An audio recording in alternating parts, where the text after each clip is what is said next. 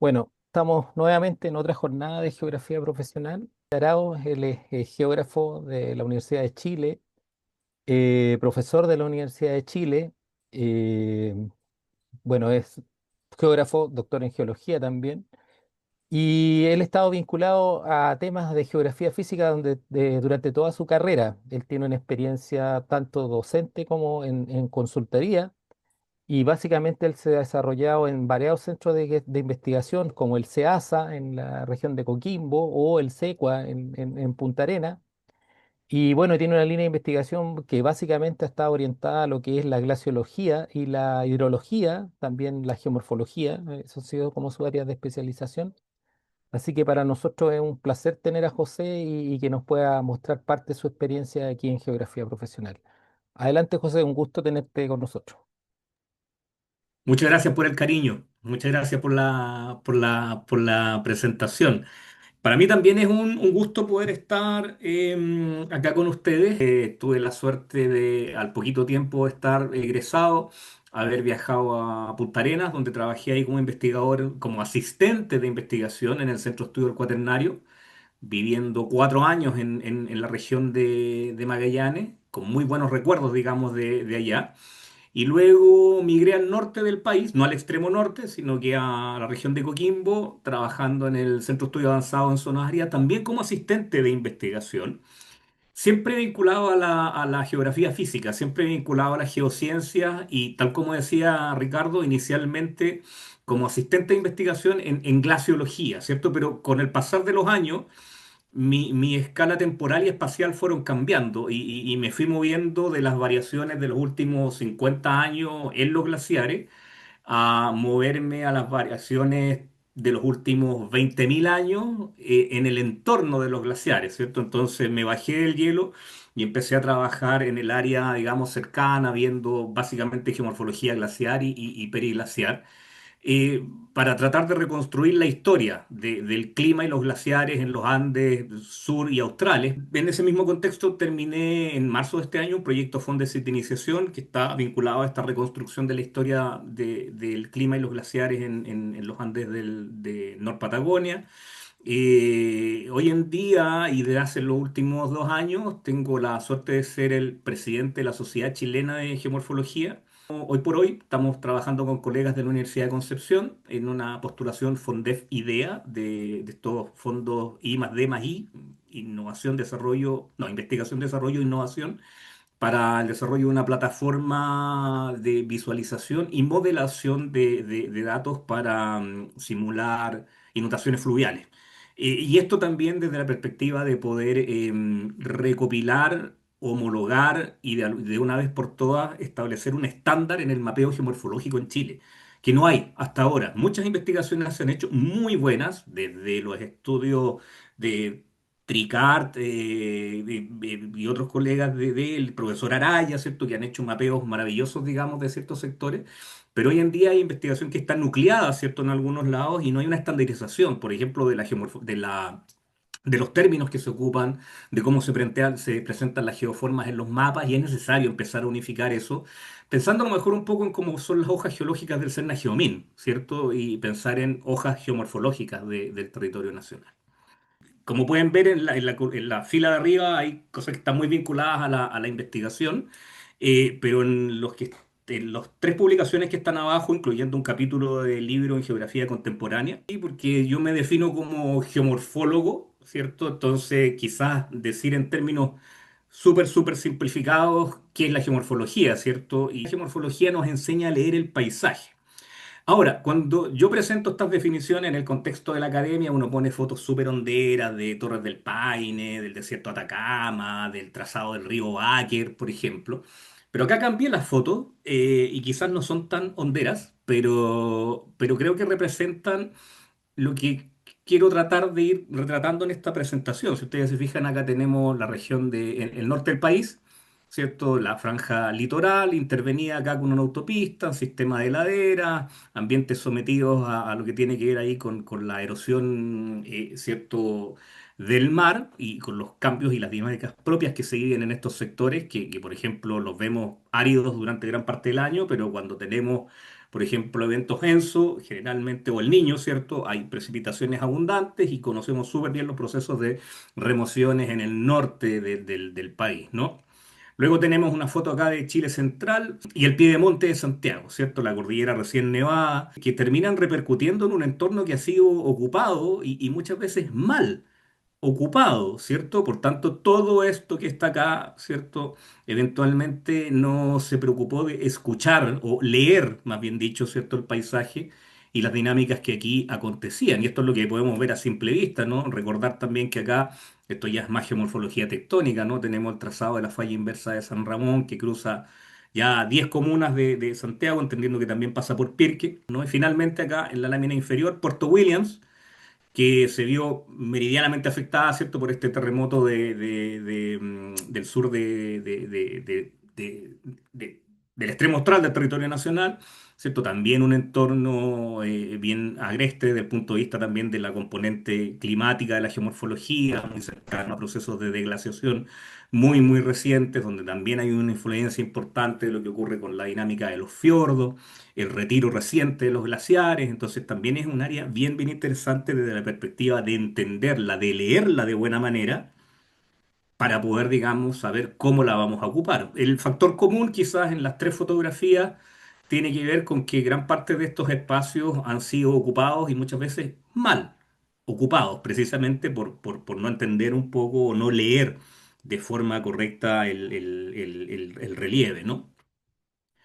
Y obviamente es importante entender que la geomorfología en la ciencia aplicada y la gestión del territorio es crucial y tiene que incorporarse. Nosotros somos testigos recurrentes de los procesos de inundaciones, remociones en masa, en las zonas litoral tenemos los efectos de los tsunamis, en el trazado de o en las principales cuencas de las ciudades intermedias y grandes del territorio nacional hay todo un mundo de geomorfología fluvial que es importante también conocer antes de intervenir, ¿lo cierto? Pensando en, no sé, lo que ocurre en el río Maipo, que díganme ustedes qué parte del río Maipo no está intervenida, ¿cierto? Y eso también tiene que ver con eventualmente no leer o no entender, ¿cierto?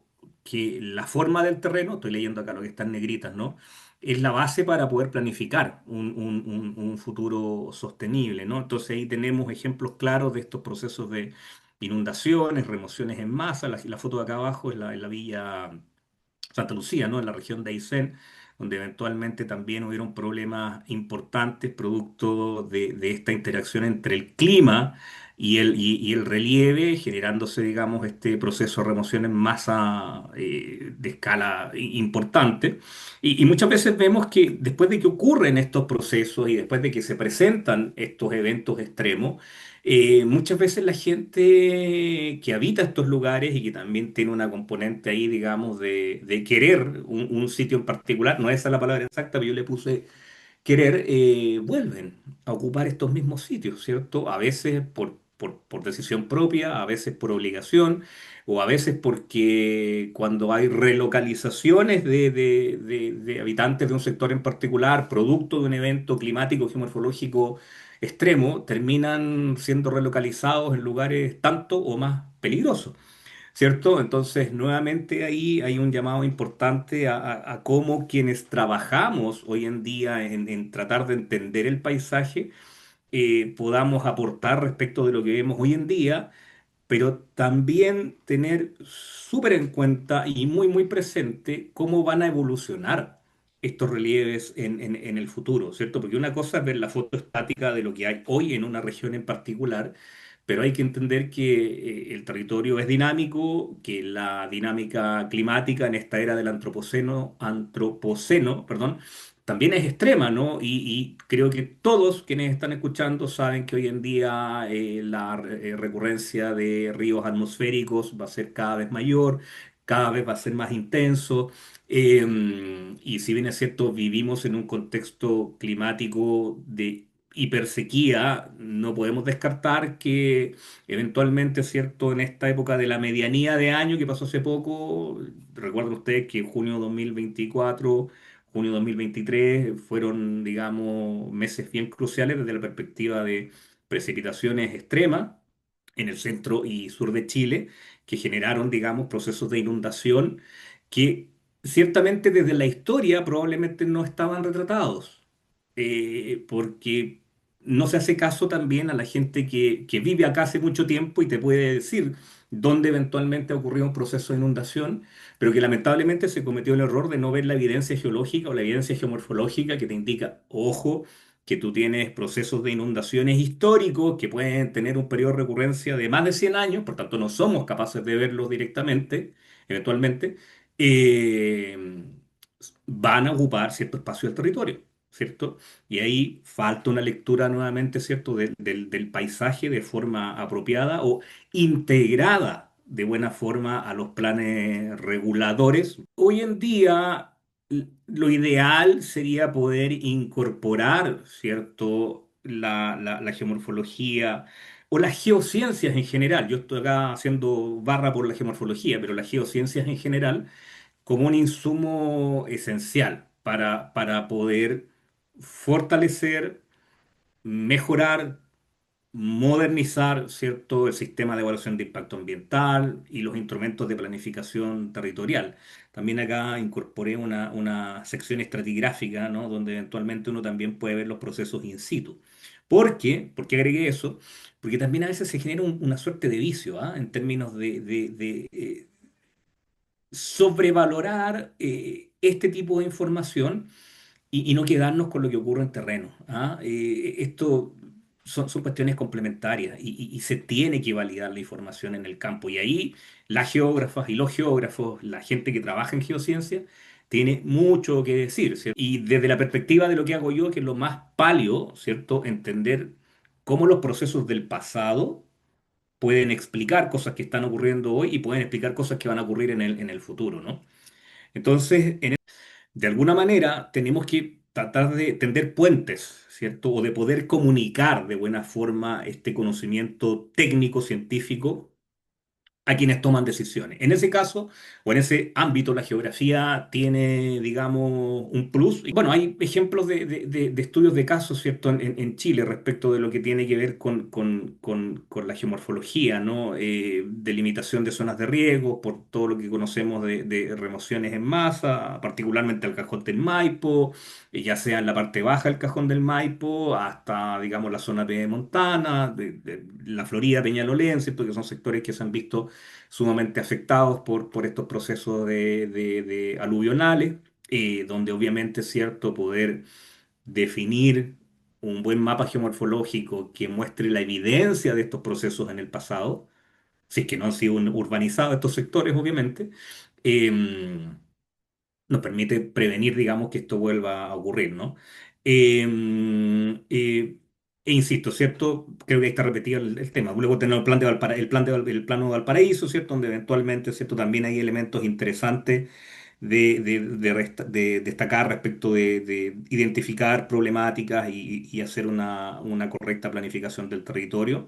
Y la foto al final es el trazado del río Baquen, ¿no? Donde eventualmente también hay elementos interesantes ahí que considerar. Un ejemplo interesante es la plataforma IDOGEO del equipo multiamenazas de la Universidad de Concepción, donde eventualmente lograron llegar a un nivel, ¿cierto?, de visualización súper adecuada de datos, ¿cierto? Y nosotros lo que queremos hacer, de datos, de información geomorfológica, perdón, a escala regional y a escala urbana, que es un tema súper interesante e innovador. Nosotros, digamos, profesionales geógrafos y geógrafas, tenemos, digamos, que harto que decir porque trabajamos en estos sitios, porque entendemos estas dinámicas y porque sabemos o intuimos lo que podría pasar en el futuro. Y tenemos que traducir, obviamente, esa información a un formato tal que sea comprensible, digamos, para todo el mundo, ¿no? Bueno, con esta intervención de José Arao, damos término a esta jornada de este interesante trabajo que él lo ha manifestado a través de esta espléndida exposición. Así que los convocamos para futuras exposiciones que vamos a tener en nuestro grupo de geografía profesional. Muchas gracias, José, por tus aportes y tu experiencia. Hasta luego. Muchas gracias a ustedes. Ha sido un agrado poder participar.